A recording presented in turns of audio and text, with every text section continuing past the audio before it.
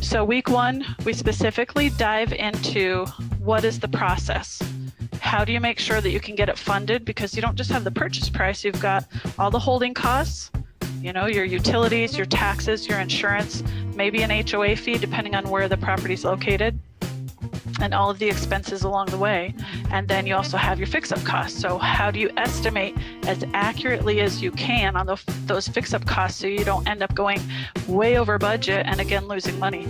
So we talk about completing the rehab on the property successfully, and then also marketing and selling the property. There have been some deals that I've done that I fixed up, and before we even put it on the MLS, just stuck a sign in the yard, we were getting phone calls.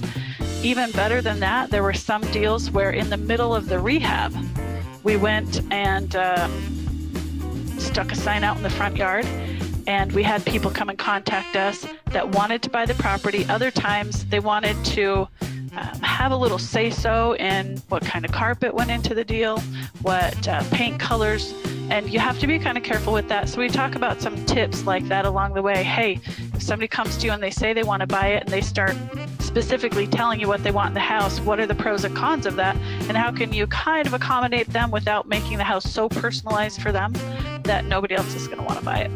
So tips and tricks along the way for sure. So your parameters, a lot of people that we work with first say, I don't even know how to tell if it's a good deal. Well, that's what we help you figure out. How do you know if you're potentially profitable? So we cover when you're picking out your deal, what about the price range, the location? I'm going to tell you honestly, I'm always honest, right?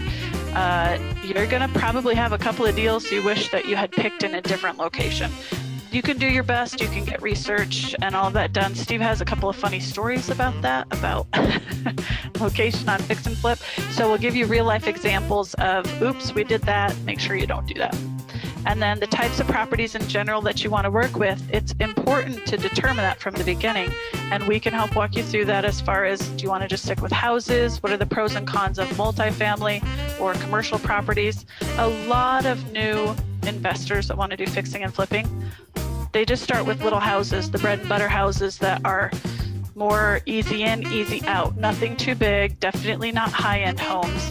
So we have some pretty strong opinions about that just because of safety for you guys. We want to make sure that you get in and you make money and that the deals are more cookie cutter in a lot of ways than before you get more experienced and start branching out into other things. So we do walk you through how to interview realtors, how to interview potential investors, especially if you need private investors or partners for your deals. Who you get into bed with, and I am going to put it that strongly, can definitely make or break your deals as well. So you want to be very careful who you pick as partners and who your investors are. And there is a difference. There's a huge difference liability-wise. There's a huge difference with the paperwork that you do with them. So we walk through the difference between those two categories, partners and private investors, and how to safely either put them all together in a deal or divide so that you have certain ones on some deals and certain ones on other deals. And then also why it's important to attend your local REI meetings, your real estate investment clubs in your area.